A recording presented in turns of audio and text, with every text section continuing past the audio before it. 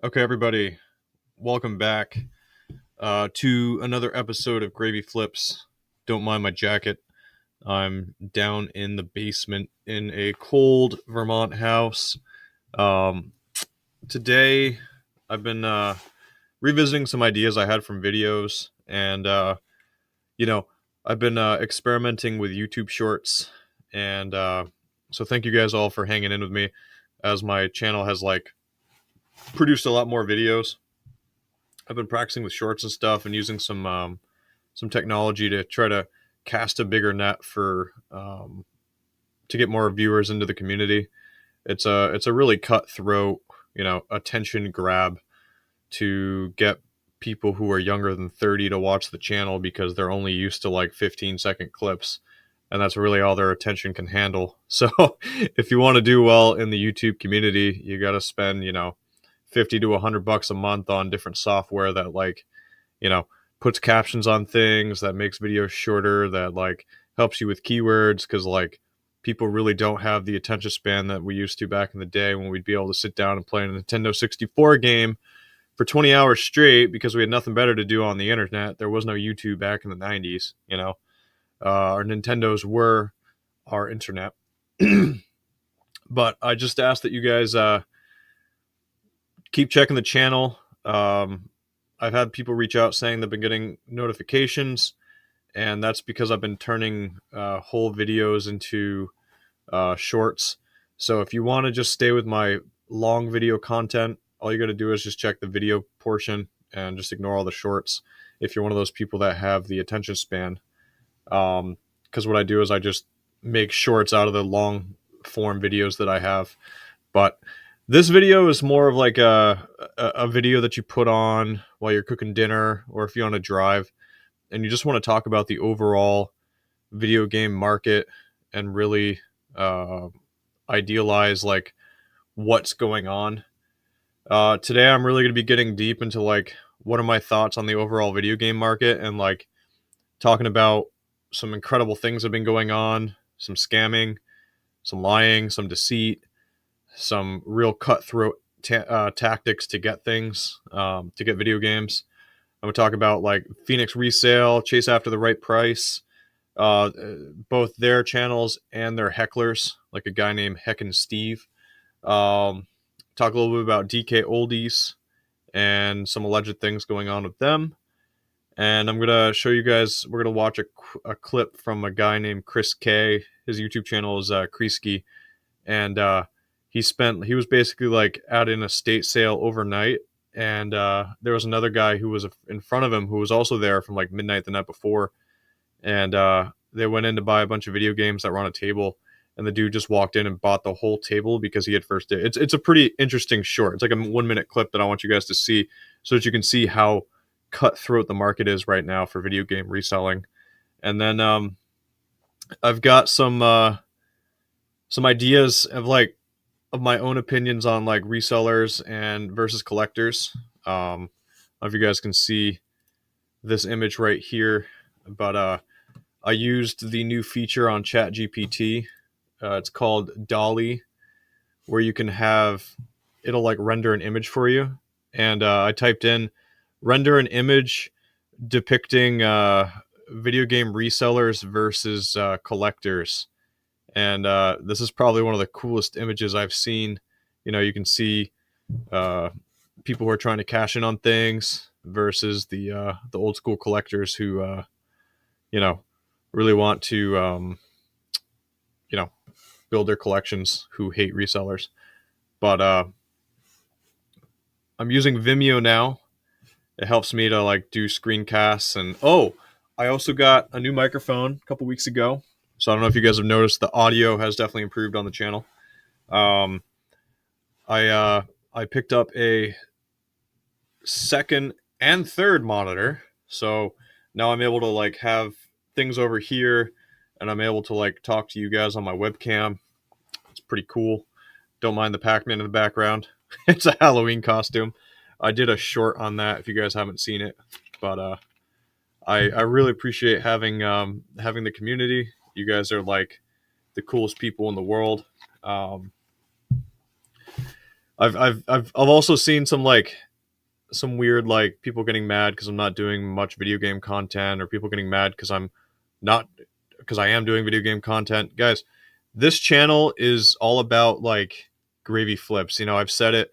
I put a poll out, and almost 70% of people want me to talk about reselling furniture and collectibles too. So, like, of course, I'm gonna be talking about video game markets and stuff. But like, I love everybody out there. I want this to be a community. But like, if you can't enjoy the content I'm putting out, then like, I guess this won't be your channel.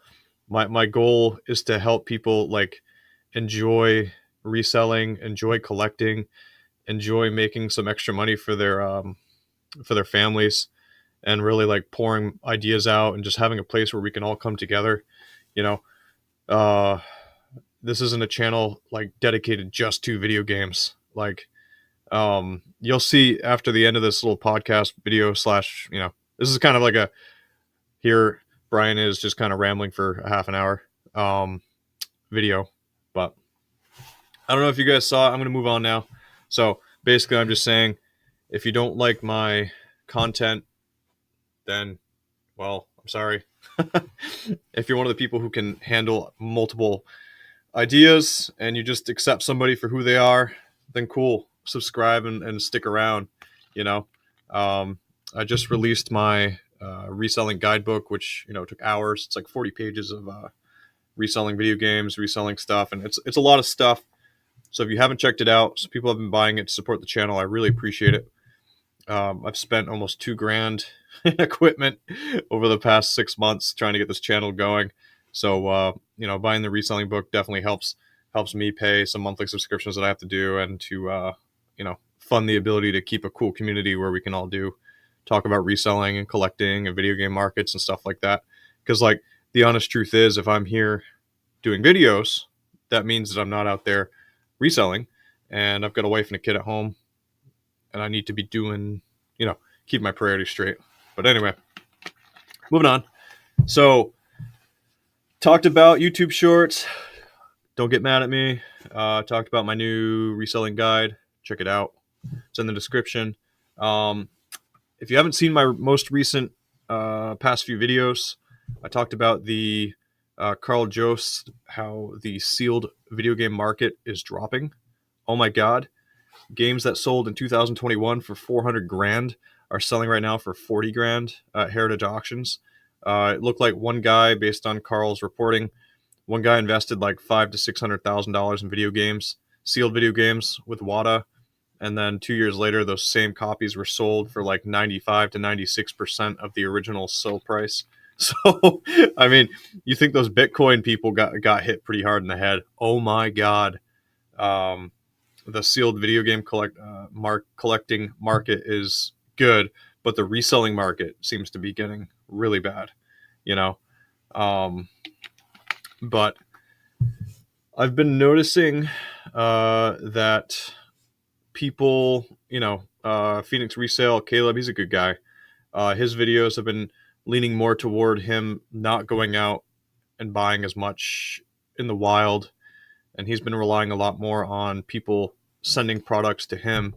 He has a buy list that he does. It's like a PDF form that you can fill out, and he will send you money after you mail him the games, and then he just throws them on Amazon and makes like, you know, $3-4 a game. It's smart. It really is a smart way to source video game product. That's even past my level of reselling. And you know, kudos to him for having a real business mindset. But his videos are turning more into, you know, being the voice for video game resellers and collectors and such forth. There's another channel. Let's see here. Hang on. Chase After the Right Price. Here we go. This guy. Chase After the Right Price. Guy who does videos like Caleb from Phoenix Resale. He's been doing some pretty cool, you know, garage sailing challenge videos. I don't know like how he still has the ability to do it, but I guess he's still having success going out and finding things at at garage sales. He just recently took out his grandmother and his mother and two groups of his friends, and they were able to find probably like $1,500 in random video game stuff. And their editing might be like a month behind. I know that's something that happens with people who pay professional editors and stuff. They take so much editing and like putting videos together. Their editing skills are a lot more than mine, which is just sit back with a soda, play with Canva a little bit, and use Adobe Premiere and just mess around. get people mad because I'm including music and my intros being too long, but who cares? The honest truth is, I really respect these guys. They make some good content. Um, he's really good at making like collecting like montages, but he's also in it for the money, and he has employees. So I like his content. I'm skeptical about the garage sale finds. And I'm not throwing out allegations. I'm just saying that like I honest to God, I've been doing this a while, and I've, not to toot my own horn, but I've tried to stay ahead of the curve. Like all I do is research ways to be first in line. I'm using some pretty advanced tactics with like links and everything. And I've messaged probably like 50 to 100 people before the garage sales even happen, asking if they have video games out. And like, it's very, very rare that I get a response like, yeah. And just the fact that they're able to find so many video games so consistently, like I'm proud of them, man. They really harness the power of asking for more. But I'm also not naive to the fact that you can ask as much as you want. You only have like a 5 to 10% success rate at that, you know. But I highly recommend their material if you're just looking for you know, a way to pass a Saturday night and see what the market is still about. All right. So moving on. So I was going through some competitors. I know I don't call them competitors. I use this technology called vidIQ. It's like $50 a month, which is one of the reasons you should buy my reselling guide to help me pay for that. It's like $50-$60 a month. And I found this guy, Heckin' Steve. He has like 3,000 subscribers, I think. Yeah, 3.35 thousand. And I watched a few of his videos, and at first I thought he was like a really angry person, but then like after really getting to see his videos, he's a good guy. He's just very vocal, and I think he puts on kind of a persona. What he does is he watches these like Chase After the Right Price. He watches Phoenix Resale, and he watches their transactions go down, and he like judges them or like picks on them, which I don't advocate picking on anybody for anything, but it is a First Amendment right to speak your mind. He does have the right to be against this, but the good thing is we can all be in a world where resellers and collectors disagree. A lot of like political things, like Republicans and Democrats, they just can't see eye to eye on things anymore. But this guy, he definitely dishes it out. But what I've seen is that he also does, podcasts with resellers. He's a collector, and like he's an amicable person. As I said, when he's not in that persona, I'm not going to recommend any of these videos because like he doesn't censor what he says, so it's definitely not PG-13. It's more like 18 and up, some of the things he says.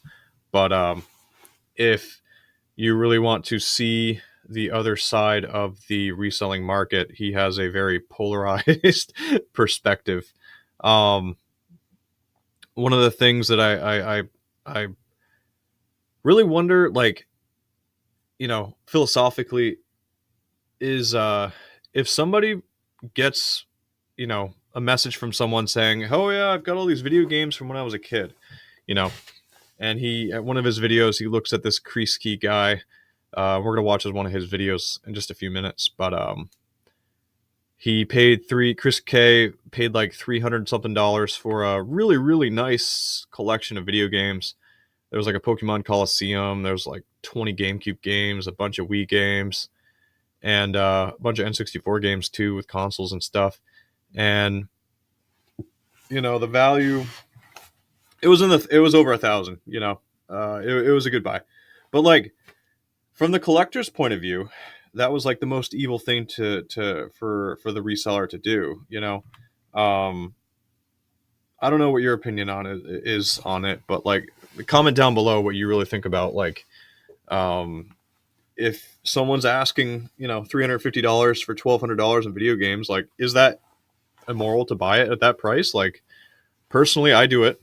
If someone has a price that they're comfortable with, I feel like I'm providing a service, and like I see it as responding to a market. But that's just my perspective. I know that I'm going to pay eBay fees, ship things out, time's going to go in to get it out, Shopify fees, blah blah blah blah blah, returns plus tax liability. That's where my mind goes. But what do you guys think? I really want to know. Is it unethical to not tell someone if they have, or let me rephrase that. Is it unethical to not tell someone when they have a lot of value in video games? Because like that definitely doesn't happen as often. Most of the time, you get a message from someone saying, "I know what I have. I want 1.5 times market value just to budge," and like those are the people you just walk away from. But who knows? Is it worth it? This picture's great. This picture's really great. So let's see if we can check out this video right here. I'm gonna see if Vimeo gets the audio. Hang on. So this is that Chris K guy going into an estate sale, and he's been waiting all night, and there was like a line at the estate sale, but there was a guy who was there before him who had first dibs. I guess it was like based on when you sign up. I don't know if they had like a list on the door or something, but like what you're seeing right now is right when they open the doors, the title down here says everyone had been sitting there for like 6 to 8 hours, I guess. And just watch.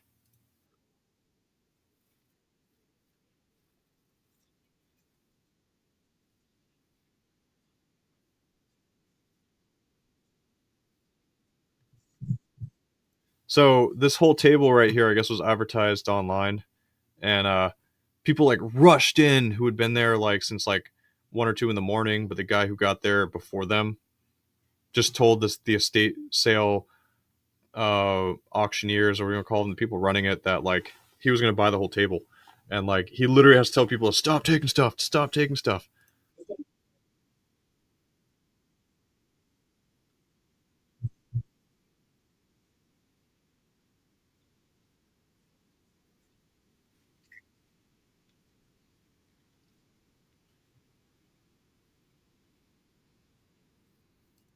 So, I mean, I've seen it, dude. Honestly, that's why I've stopped garage sales. I don't see garage sales as viable ways to get product anymore. Um, that's an estate sale, dude. The guy who was first on the list didn't even have the nerve to tell the other people like, "Hey, I'm here for the video game stuff. I'm first. I'm going to buy the whole table. Don't waste your time by sitting here for like 6 to 7 hours." He just, let him like sit there and wait. So, but the good news is for this Chris Key guy is he found a box of the boxes for the N64 games and didn't pay much for them. Underneath this table here, there's like a bunch of boxes for the N64 games. So he did end up paying really like $1 a piece, I think. Um, yeah. So you can see the list of names right there, which is it's so dirty. That's Plague so dirty. I mm, I don't know, man. That's crazy. That's absolutely crazy. But so the debate, you know, and I've got my notes here. You know, obviously, I'm a reseller. I think reselling is personally was reselling video games was a beneficial thing.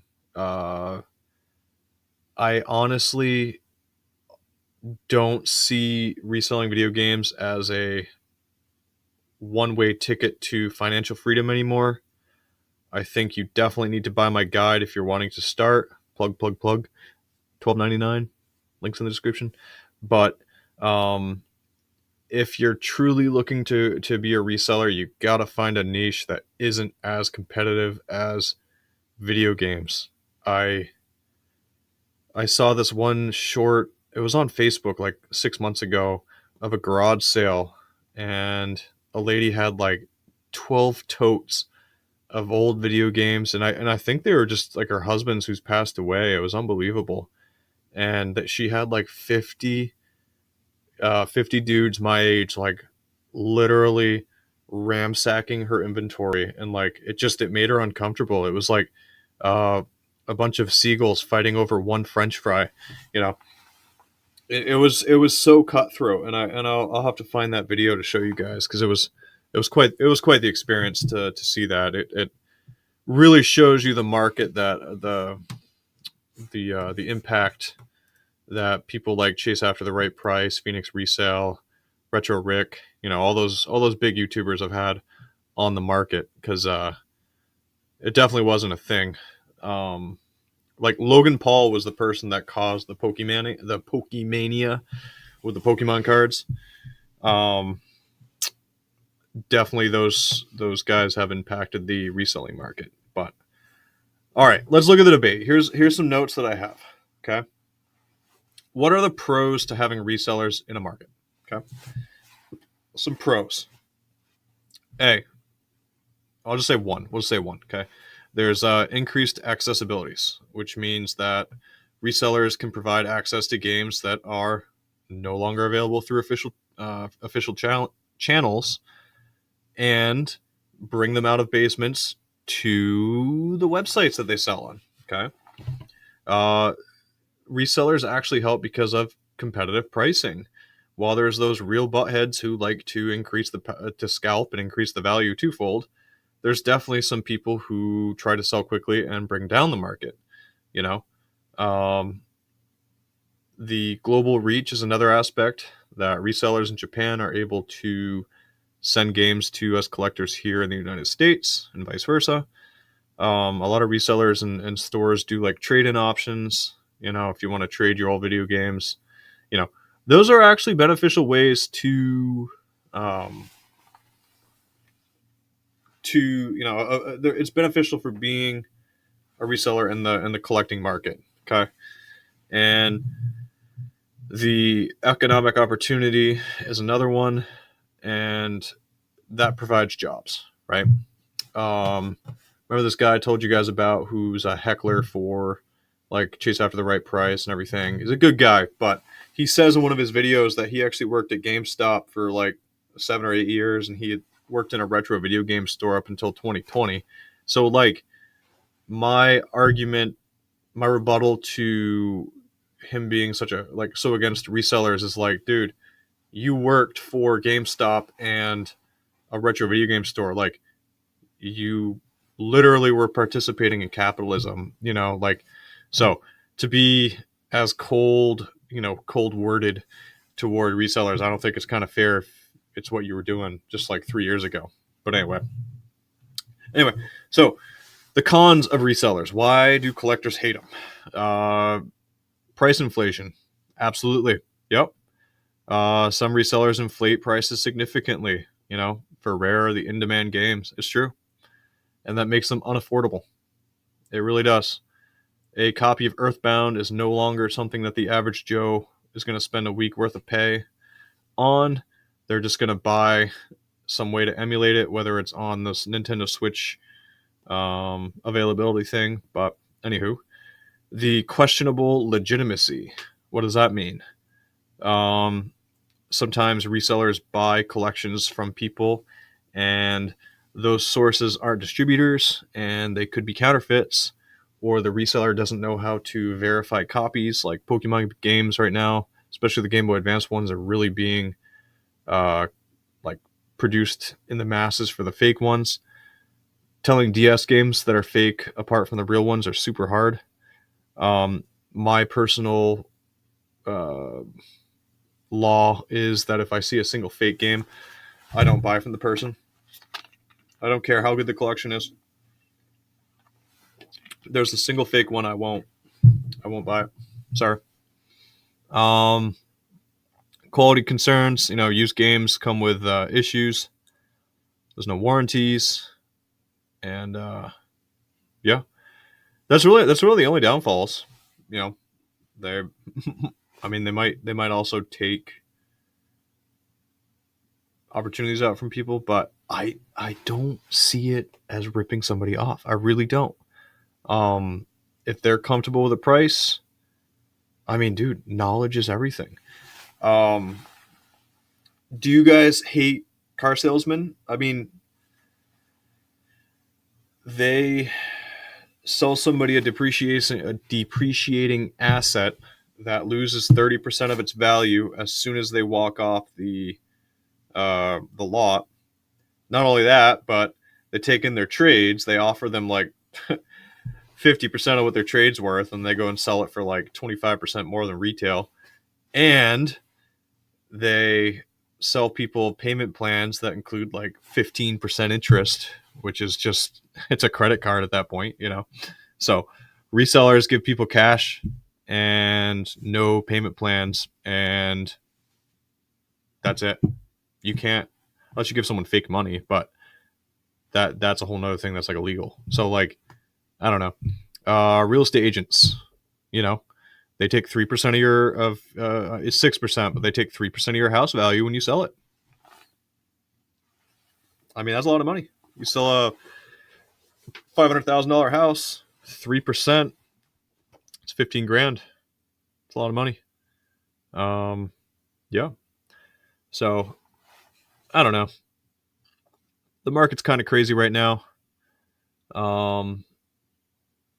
I haven't had as much luck finding video games lately. I don't know if you guys have noticed, I've been doing a lot more like furniture flipping videos and stuff. But yeah, I appreciate you guys hanging around. And if you like this kind of video game chat, market analysis, please hit like and comment below. And don't forget to write Grand Theft Auto 3 if you want to be in the sweepstakes for the giveaway on November 30th at 10 p.m. if we get to 400 or 500 subscribers. Yeah. Thanks for a good time.